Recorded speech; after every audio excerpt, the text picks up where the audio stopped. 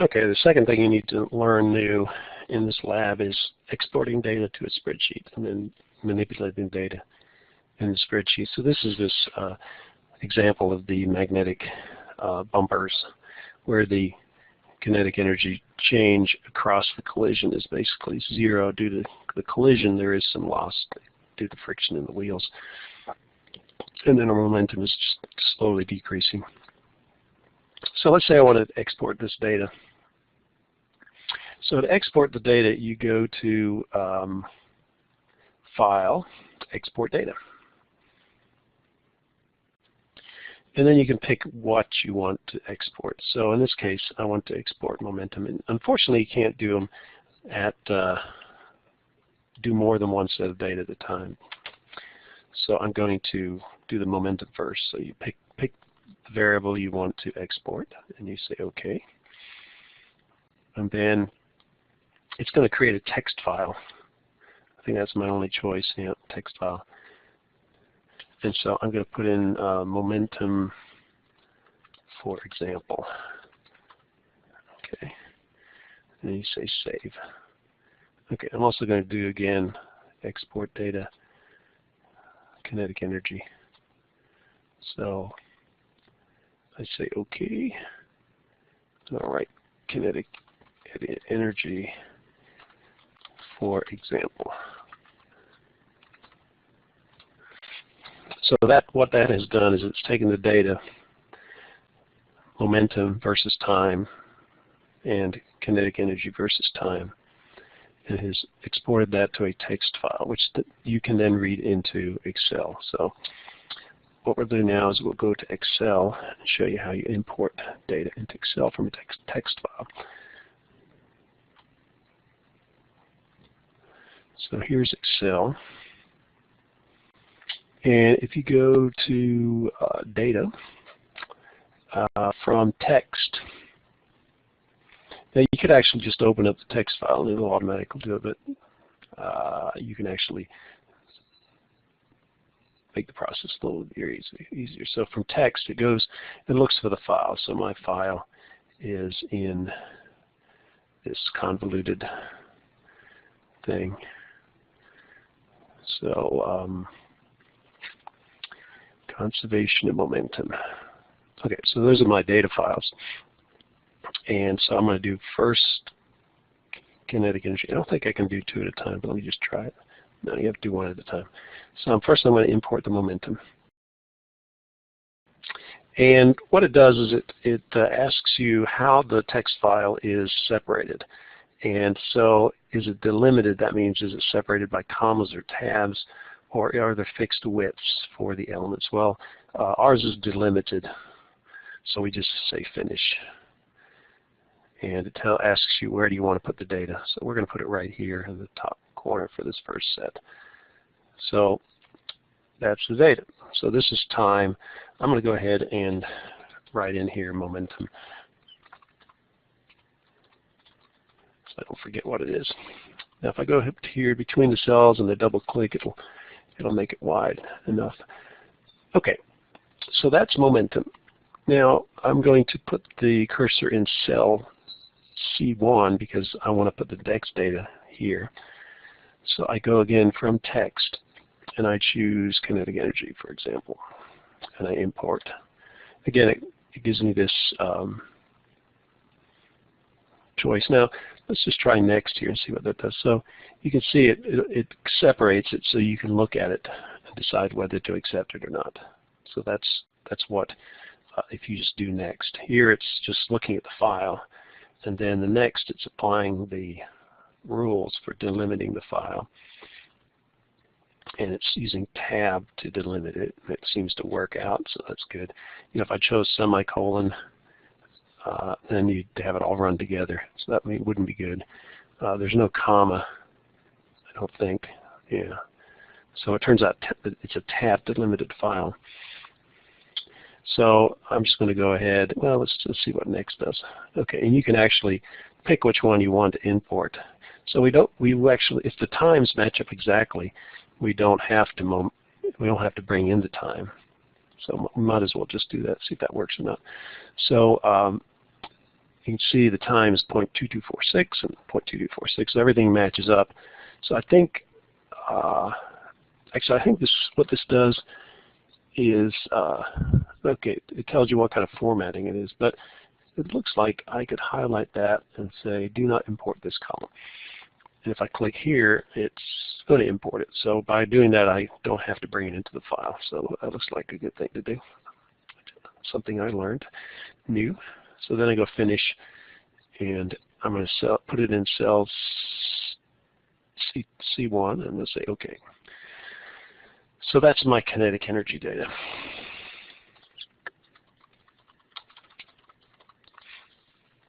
Now I'm going to insert a column, a row, just to put some units in. So time is in seconds. So let me get rid of that. So I all the units in the second row. Momentum is in kilograms, meters per second, because it's velocity times mass times velocity, and kinetic energy is in joules. So you can see I've got 3 columns of data. So what I could do is I'm going to basically create the same graph that I had in Data Studio. So I'm going to highlight, because this is my independent variable. This will work out right. I've got the independent variable and then 2 dependent variables. So I'm going to highlight everything, and it's going to assume that the x value is in the first column by default. And we're going to go to Insert and Scatter Plot. And I'm just going to pick scatter points without putting in the lines at this point. So it creates this graph, and I typically move the chart to a separate page. So if you go up here to Move Chart in the upper right-hand corner, pick New Sheet. So that'll be a whole new sheet instead of inserted into this sheet with the data. So I'll just say this is a graph of momentum and kinetic energy. Okay, so I say OK. So what happens is it becomes a larger graph. And if I go back to Sheet 1, that's where the data is. So to name a sheet, you go down here to the Sheet tab and you double click and it highlights that. So I'm going to type in data. So that's my data sheet. This is my graph sheet. And if I go back to Data Studio, you'll see that it's pretty much the same kind of graph. So then I would format the graph, because you can see there's no axes labels. One advantage of doing it in Excel is you can actually use different scales for different quantities, which I'll show you in a second. But before we do that, I've selected the data already. So this is how you choose your data. And choose the kind of chart. Layout gives you a big control over all kinds of stuff. So if I want to put a title in, and I'm going to put it in the center above the chart, you see it pops in there, and then you can just put your cursor in and give it the title. So conservation of momentum, magnetic bumpers. Okay, so that's the title. If you want to do the axis titles, you can choose your primary horizontal axis title, which is right down here. You see right at the bottom, and I could say that's time in seconds.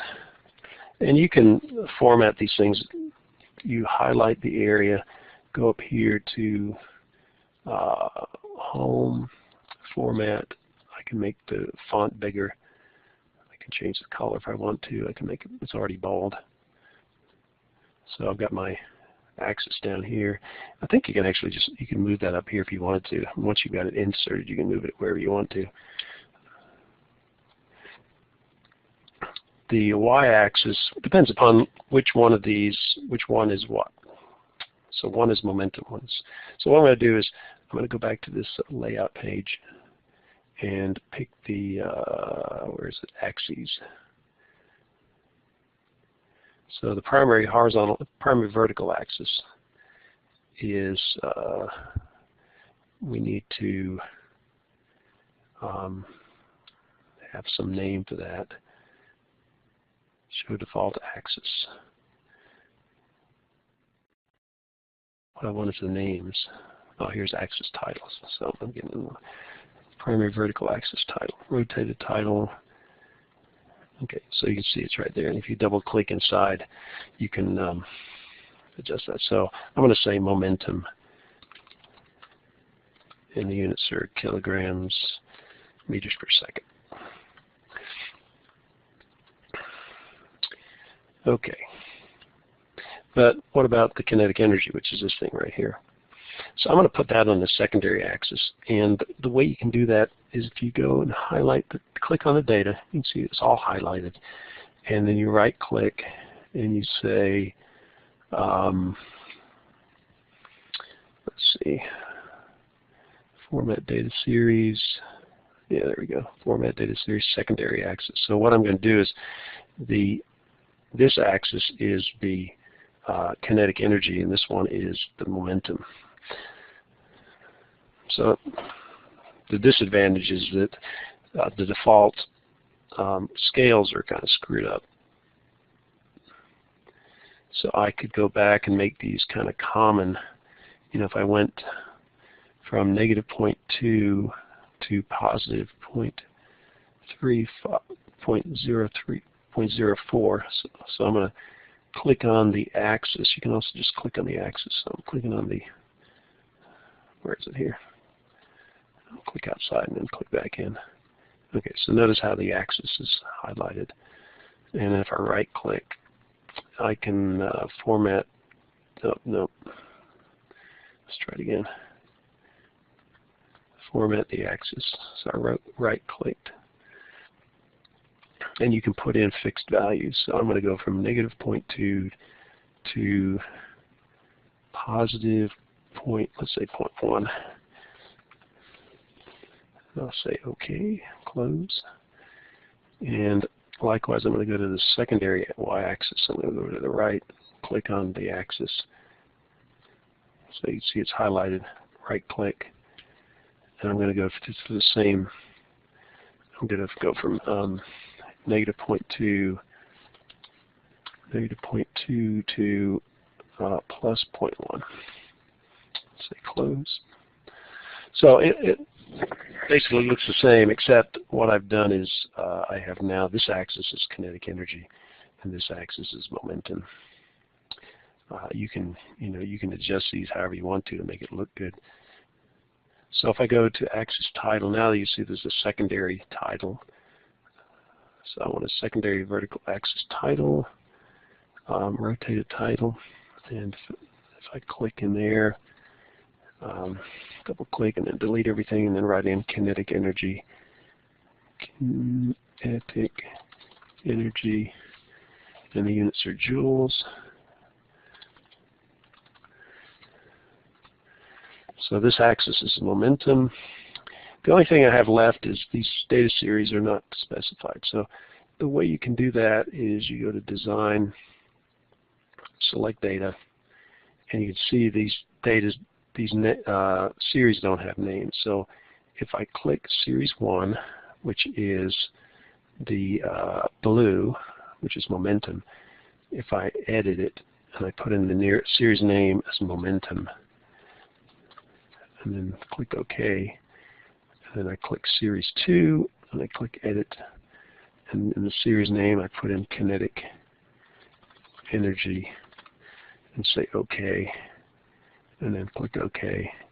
You can see now that the blue is momentum and the red is kinetic energy. And you can see if kinetic energy is red, this axis title is kinetic energy. This is blue, which is momentum. This is the momentum axis. You can see the unit differences. So that's kind of what you can do. If you export it to Excel, you can do make all kinds of curves that have more meaning.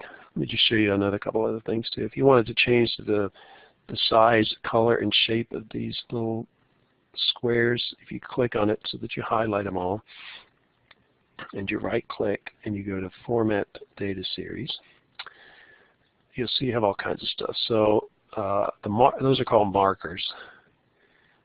And so I've got a little square.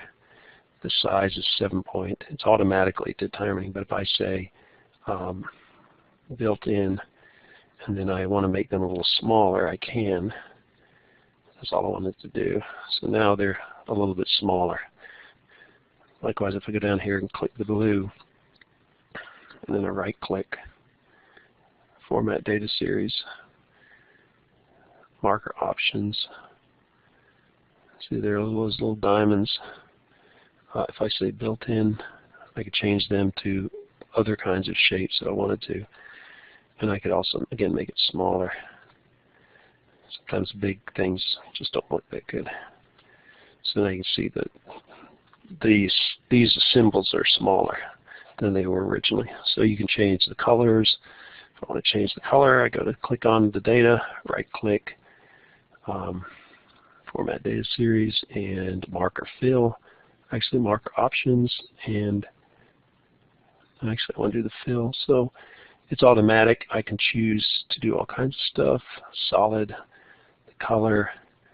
I'm doing, they're red, so let's make them purple instead. And you can see, are they purple now? Oh, actually what they did is they put purple inside of them. So let's go back and fix that. So let's just make it automatic. And yeah, because what it does is the line style is the